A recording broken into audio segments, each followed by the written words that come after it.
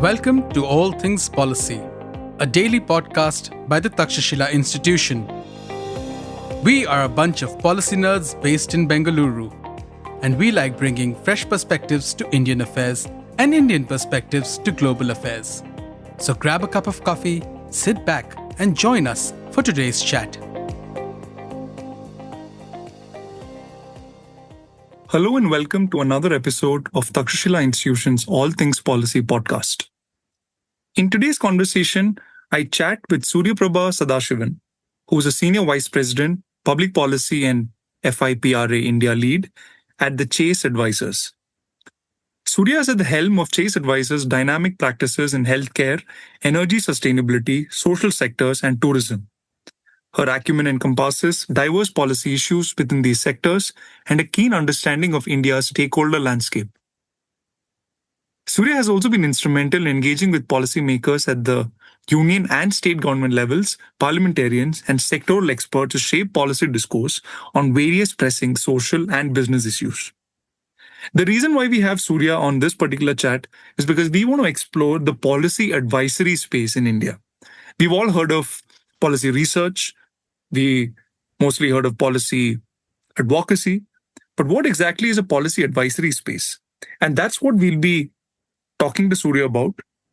We explore, what makes policy work in India, given the diverse policy agendas at play.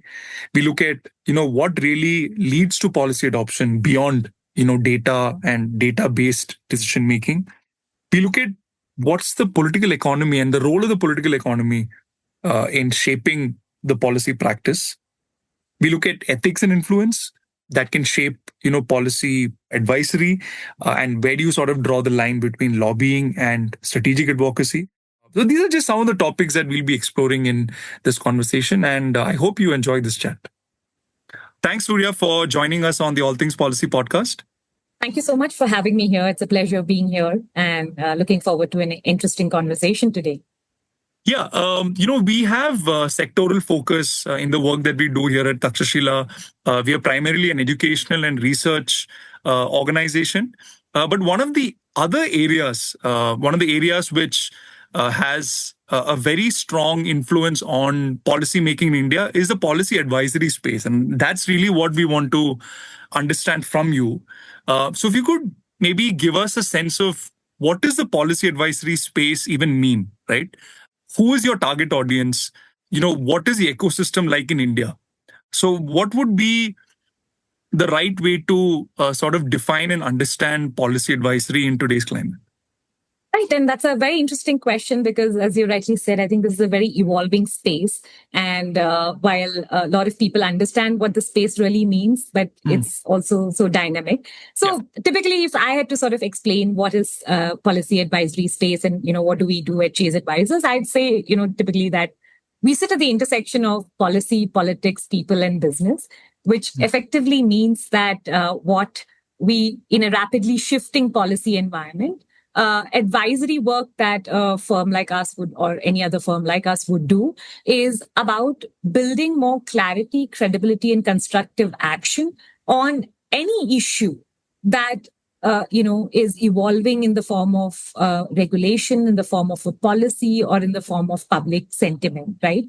So what advisors like us do is help clients. And clients in our context could be corporates, they could be philanthropies, they could be multilateral organizations, to help them understand the why behind different policies that are being shaped by the government, the how of engaging with those policies, not just with the government, but also with the larger ecosystem that shapes that policy, right? So that could be, for example, any particular issue that, sort of informs policy. There is, of course, a government or a bureaucrats and political stakeholders who get involved in the policy making process, but it's also a piece that gets influenced, or that entire policy issue gets influenced by public sentiment of what communities and societies require. It gets informed by civil society groups. It gets also informed and shaped by academic, people or think tanks who are doing a lot of research, evidence building around those issues. And of course, it also sort of intersects with business or philanthropic priorities, depending on the issue, right? So our role as a advisory firm really spans in unpacking what this policy is all about and how to engage on this particular policy issue. Really helping our clients identify what are the emerging risks or opportunities in that policy context, framing solutions or points of conversation to engage on that particular policy topic.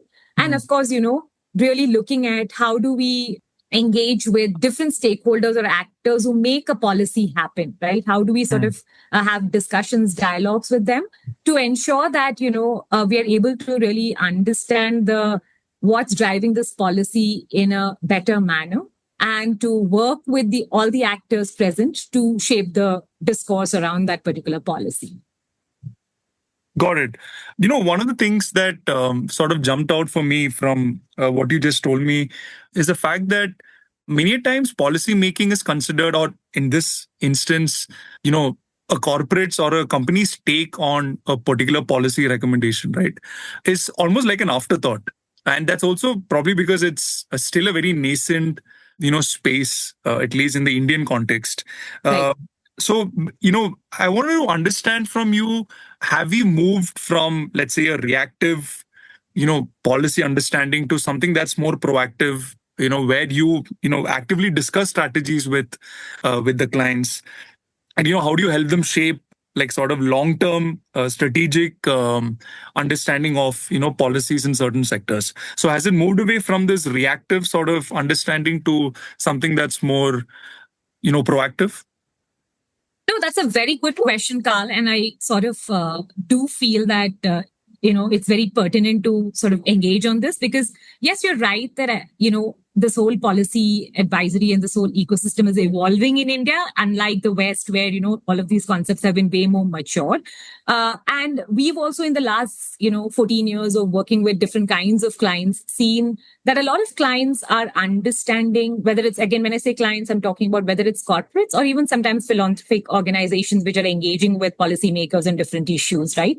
That over the years, largely their initial approach was always for public policy to be looked at in a very reactive way. And when I say reactive, it means that when there is a trigger, you sort of get talking about it, right? When there is a regulation shift or a headline that causes some form of a concern or something that threatens operations of that organization or reputation of that organization, that's when sort of the whole momentum around let's engage on this policy used to sort of happen, right? Yep. We're seeing that shift in the last few years, that more and more clients and organizations are really realizing that, policy doesn't work well when it's transactional or very one-sided.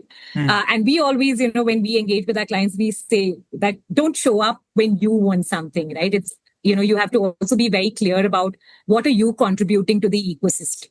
And I think that shift is happening, but I think not as, sort of as robust as it is in many other parts of the world. Yeah. And I think one of the first mindset shifts that we also try to engage and educate the clients to make is that it's not about just what you want, but also about what you're willing to give. I think that's very fundamental and foundational to understand. And that could be anything, right? It could be the knowledge or technical expertise that the client has. It could be investments or funding. It could be innovation. It could be data, partnerships to co-create or co-develop solutions with the government, or even something that really impacts the community in terms of betterment of the community, right? And we've seen that, policymakers also engage more meaningfully when they see that a stakeholder is adding value and not just coming to ask for exceptions, right? Right. And therefore, to your point that, yes, I think there is an evolution that's happening where clients are also saying that instead of just focusing on short-term fixes, how do we really look at long-term positioning? And therefore, what becomes very critical is to really anchor all your policy advocacy work in a clear purpose, right? In terms of whatever your priorities, whether it's business priorities or organizational priorities are, how do you sort of map them against what the country's or sectoral priorities and also sectoral needs and requirements are, right? And then sort of identifying credible ways to participate in the dialogue and process of policy making. And I think over the years, we've also seen clients who've consistently engaged with integrity and willingness to listen have also really earned a lot of trust from government, whether it's central government or when they work at state level, and have sort of unlocked themselves a seat at the table when it comes to brainstorming with the government on finding solutions to problems that are, equally important for both the government as well as the business, right? And therefore, I always say that, strategic policy engagement is not just about being present, it is about being present before the ask and building a reputation that really outlasts any single issue, right? So that people don't really look at the organization as something or as an organization that just comes in when they need something, but is something that's willing to work with the government to co-create long-term solutions that solve for larger national, sectoral, or state level local problems. It was very interesting, and I really wanted to get to the root of what makes policies work in India, right, in the first place, because you're dealing with a very complex country. Where you have diverse policy agendas, you have diverse interests, there are varied stakeholder groups. So how do you sort of bring all of them together? So in a way, how do you frame a policy strategy, right? Let's say for a client working in a particular sector that is able to gain traction from this complex system that is India, right? And how would you maybe contrast that with a strategy maybe that gets stalled in similar vein, given that you're dealing with a very complex system? So yeah, what's the sort of dichotomy there? Yeah, I think that's a very interesting question because there are many answers to that, I guess, because there are a lot of things that make or do not make a policy work in a, as you rightly said, a very complex, diverse country like India. Yeah. But in my view, I think there are three key fundamental things that need to align for any policy to work, right? That would be political will, administrative feasibility, and a societal buy-in. And like I was saying earlier, right, as advisors, we often sit at the intersection of policy, politics, people, and business, and therefore have a vantage point to really have a unique lens into what really shapes outcomes. And we've actually seen firsthand how, ideas evolve, sometimes sparked by grassroots voices and demands from grassroots, sometimes by corporate innovation.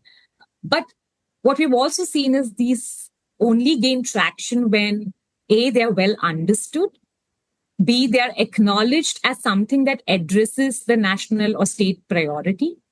So, we've had instances where you can have a brilliant policy intervention idea on a topic or an issue, but if that topic is not even in the mind space of the government or the policy making ecosystem, then its resonance is going to be unlikely to get the traction or get any attention, right?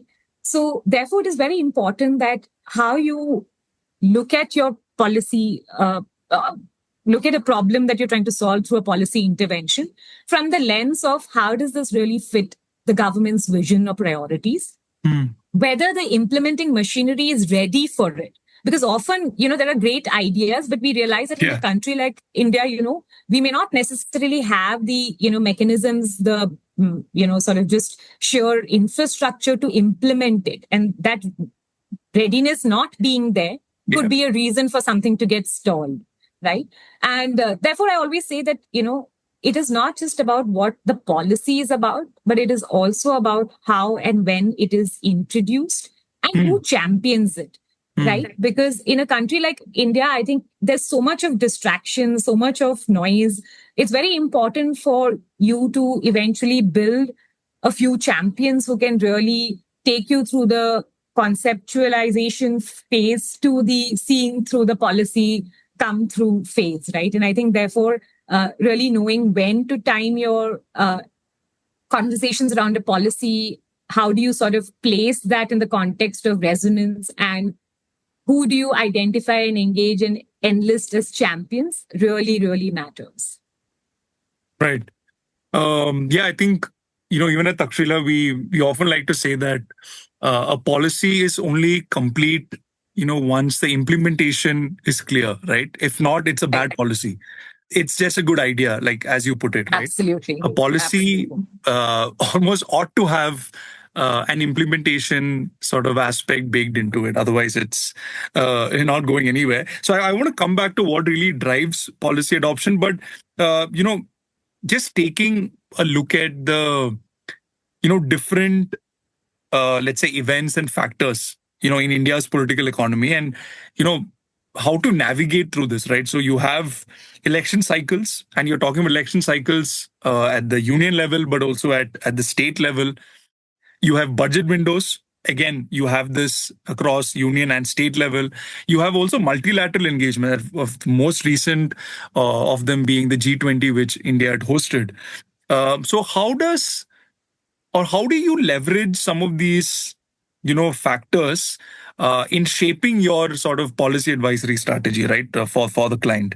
And do they actually serve as, useful levers? Or does it complicate, the narrative? Because, we also see how when everyone jumps onto the bandwagon, it sort of loses its appeal, right? And you don't really have an anchor to, frame that problem statement around, because everyone's talking about the same thing or leveraging the same thing. So what do you feel about it? No, I think definitely agree that whether it's election cycles, budgets, or any sort of global national moments, whether it's say G20 or a COP, or even the, right now we're in the midst of a lot of FTA discussions. That's right. I think all of these are definitely strategic opportunities if you know how to read them. I think that's the key. So for instance, like in the pre-election period, governments are always looking for things that can demonstrate quick wins or visible impact, right? And therefore willing to sort of look at opportunities to engage with different organizations, corporates, philanthropies, etc., to see how they can partner with them to either co-create programs or even work on announcing policies that, sort of help establish some form of win and visible impact, whether it's, for example, enabling ease of doing business related some policy and enabling investment in a particular state. So all of these sort of act as things that feed into a pre-election visibility building from a political standpoint. And therefore, those are opportunities or windows you work with, right? However, you can also sort of argue that sometimes when you're so much in a pre-election period in a particular state, then whether anyone is paying attention to policies, or is it all about just now being on the ground, getting votes mobilized, right? So therefore, it's always, of course, it depends on issue to issue. Yeah, we do see sometimes these windows to be very effective for different clients for engaging effectively on different policies and demonstrating potential partnerships for our clients with different governments. Post-election, of course, you get more room to engage on larger systemic reforms, etc. And again, budget definitely becomes a very interesting policy moment in that sense in a country context, right? Where you can engage throughout pre-budget consultations. Positioning, I guess, is the most key here in terms of how do you position your ask or idea within the language of fiscal prudence or citizen benefit. So I guess that how you sort of frame it is what matters. Absolutely. I think that becomes very, very critical. But again, budget is definitely a place where we see a lot of policy conversations happening, and also seen a lot of success in some of these ideas being incorporated in the budget discussions and considerations, right? And similarly, I feel like even big global moments, India's G20 presidency and subsequent, sort of India's participation at the G20, or whether it's, COP, I guess, they all allow you to tie local policy priorities to India's global leadership narrative. And if framed well, like you said, these events can actually accelerate a lot of, not just stated, stated sort of priorities, but also actually them translating into actionable things on the ground, right? And because eventually, all the commitments that, say, for example, the G20 Delhi Declaration made in India, right? The country does want to project progress on the international stage based on that. And therefore, being able to capitalize on some of these moments, being able to place your work or whether your requirements in that context could definitely be a very long-term view of how you can shape outcomes. And I guess in all of this, what I always feel is the trick is to be nimble. A lot of these developments are happening, right? And, whether it's domestically, whether it's globally, the idea is for you to be nimble to know, okay, which wave to sort of ride with. And therefore, it is very, very important that you listen and understand the priorities, situations, as well as more importantly, sensitivities. And then sort of based on being narrative aware, you take a call on, okay, this is the right opportunity for me to engage. And, these are one or two opportunities that you sort of sit out of. Because like I always say that, you don't just propose good ideas, but I guess the criticality is of proposing them at the right time, in the right voice, and in alignment with the mood of the moment. And therefore, the piece around situation and sensitivity awareness becomes very, very critical. Yeah. No, I think this is interesting, right? Because one of the other things which often gets missed out in let's say the larger narratives is how some of these very good ideas, right, well-intentioned ideas, right, end up failing.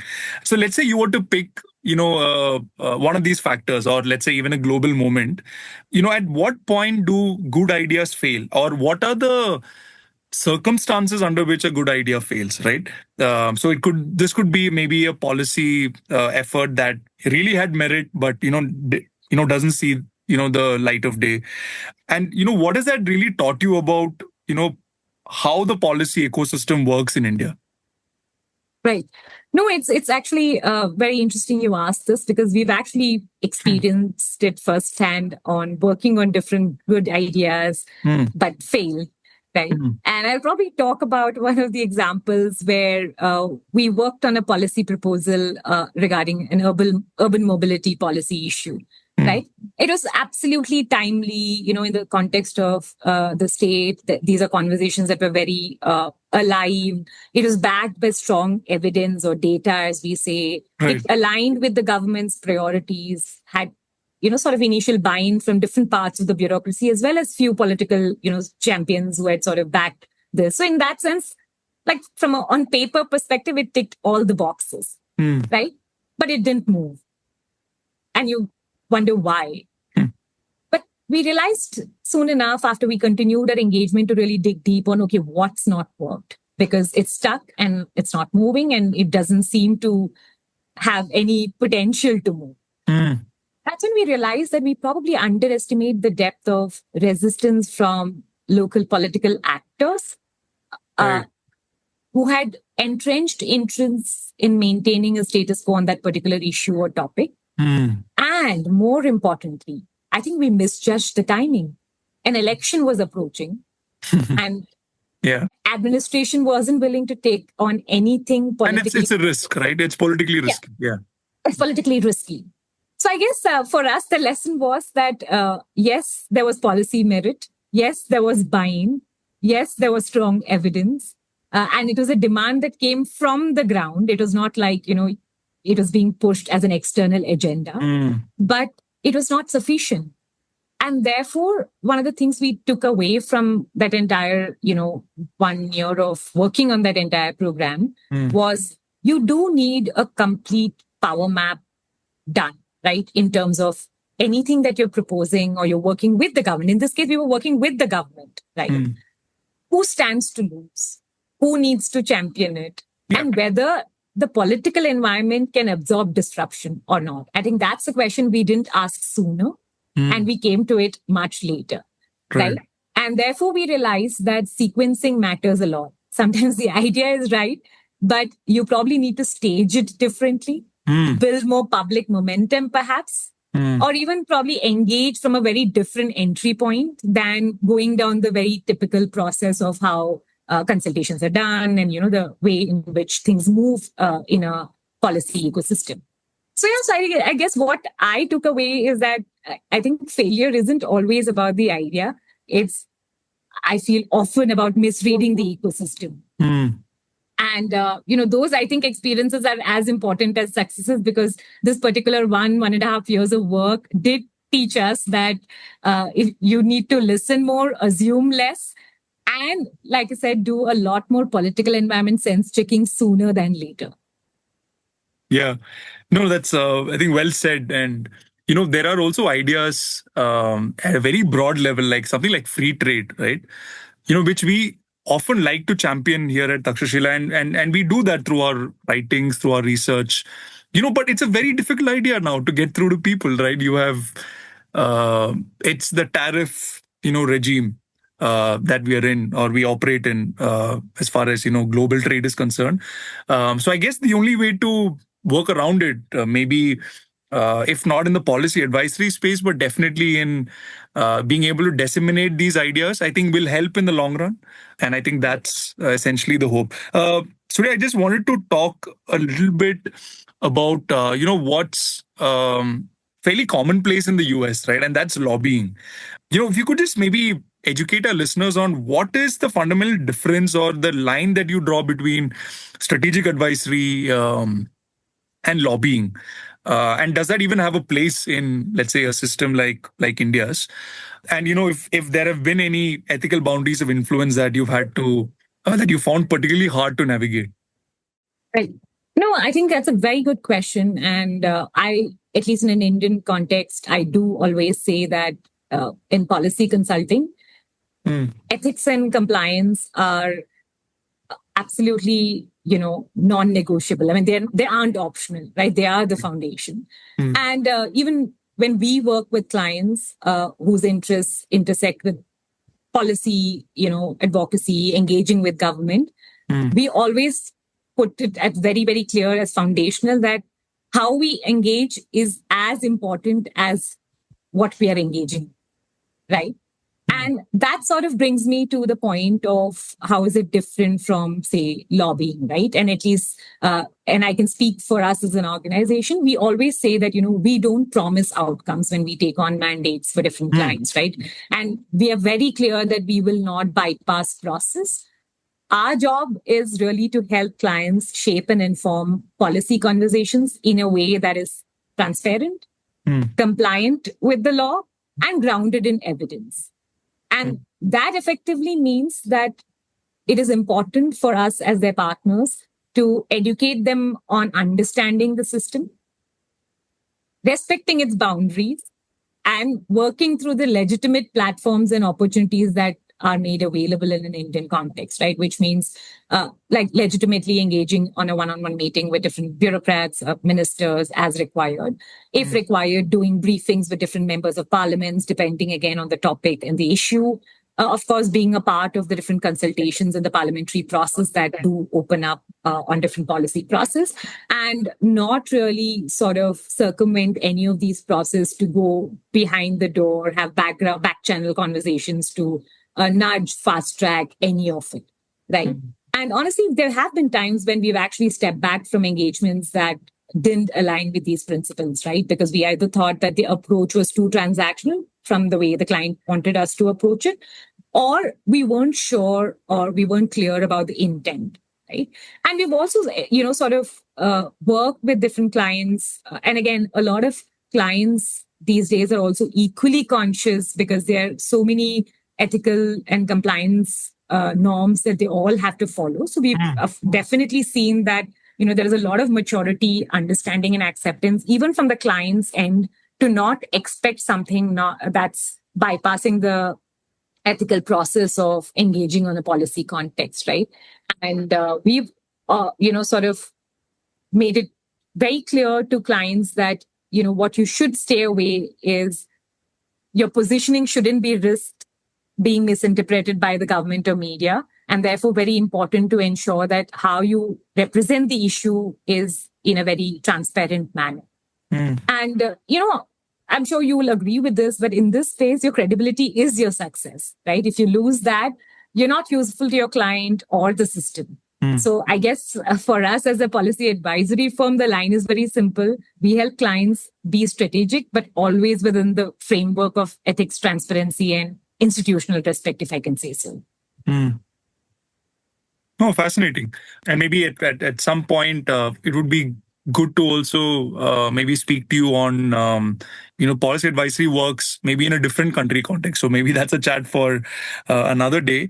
I just wanted to end, this conversation, Surya, on what is really next for policy professionals in the advisory space, right? In India, I mean, I think AI has certainly disrupted a lot of spheres of how we live, how we work, etc. So, what essentially are you looking out for in the next generation of policy professionals in terms of mindsets, skills, the ethical lenses, even what they should be adopting, and what they ought to bring to the table? Right. I think that the role of a policy professional in India is evolving very rapidly. And that's honestly true for whether you're working inside the government, in a think tank, or as a consultant like me. The complexity because of today's policy environment, like you rightly said, is shaped by a lot of things, right? Whether it's AI, whether it's all the geopolitical shifts that we are seeing, the digital infrastructure that's really enabling a very kind of different ecosystem to operate in. And more importantly, we are also looking at growing aspiration demands of a country like India, right? And which I feel requires a very different skill set than what worked even, say, 3 years ago or 5 years ago. And especially for those of us or those who aspire to be in a consulting space like me, right?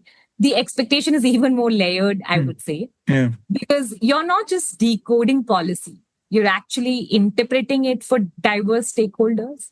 You are trying to build consensus, coalitions, shape the discourse by multi-stakeholder engagement, if I can say so. You're managing timing, which we spoke about in the podcast in terms of the timing has to be so critical for your policy successes and wins to land. And in all of that, ensuring ethical alignment, right? So the next generation of policy consultants will actually, in my view, need to be interdisciplinary thinkers. It is going to be very critical for them to be absolutely clear and strong communicators. And more importantly, I think the need of the hour as we go forward will become for consultants who are system navigators. So while technical expertise, of course, will remain important, there is, no doubt about that. But I do feel that won't be enough. So you will need people who are able to connect the dots across, for example, geopolitics is connected to everything today in our life across sectors, right? Similarly, climate is connected to everything in our lives, whether it's business, whether everything that we do. So since a lot of the issues of tomorrow's world are going to be so interconnected, and therefore the point I made on interdisciplinary thinkers, but also important, therefore, for the future policy professionals to be able to connect the dots across sectors and to manage a more complex stakeholder dynamics than what probably existed 5 years ago, right? And also, of course, as the world becomes more and more complex, I think communicating clearly with precision and empathy is also going to be very important. And hence, I said someone with more clear or robust communication skills is something that would be very important. And because at all points in a policy context, you're engaging with such a diverse set of people, right? From a political stakeholder to a bureaucrat, to a community group, to a CEO. And there you need to be able to switch lens and talk to different people in a way that they're able to resonate with what you're saying, which means you should be able to shape or build narratives suited to those people. And that will only come when you understand, those stakeholders very well, which means a lot of effort needs to go in on understanding the stakeholder dispositions, motivations, priorities, as well as knowing who this person really is and therefore what would work when I engage with that person, right? So I think these are smaller things, but I think will all sort of come together as a big piece that would be expected from the future, public policy consulting professionals, I'd say. And of course, just as critical is ethical clarity, which you did mention, because with access, influence also comes a lot of responsibilities. So I guess consultants have to operate with a mindset of public accountability, even if they're working, say, on behalf of a private client, right? It doesn't matter. And I do feel that the professionals who are going to thrive in this space are those who can hold multiple perspectives, basically be able to move between understanding what a particular issue means in a grassroots context, as well as being able to place that issue in a, say, a business or industry context, and with very ease sort of also look at that from okay, how is the government looking at this, right? So, which effectively means that there has to be a lot of both rigor as well as, I guess, a bit of humility to be able to work with diverse perspectives. That's going to be very, very critical. And lastly, I guess I do feel that the future of policy in India is not just going to be about drafting better laws, regulations, and policies, but I do feel it will be about designing better ways of working together across sectors and systems. No, very interesting. I think the good news, at least for those wanting to get into the space, is that I think AI is probably a long way off from taking away your jobs, because I think this is very deep, connections that you need to have with your stakeholders, right? So I think that was an important takeaway for me, and I think that puts skills and jobs, related to this space in good stead. But thanks a lot, Surya. It was again wonderful chatting with you, and I hope we can maybe parse out some of the, specific, things that we talked about in a later chat, because I think that probably deserves its own, conversation in some ways. But thanks for giving us this roundup. I think this was very useful for anyone who wants to get an understanding of, what's happening in the policy advisory space, because we hear a lot about, organizations such as yours, but also others. But, it's also something that hasn't, in many ways, something that people are yet to sort of grasp fully, right? And I think this is a good start.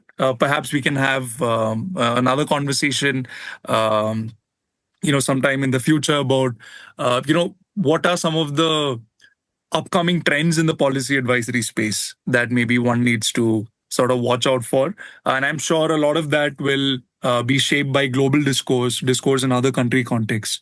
I look forward to sort of having that chat with you.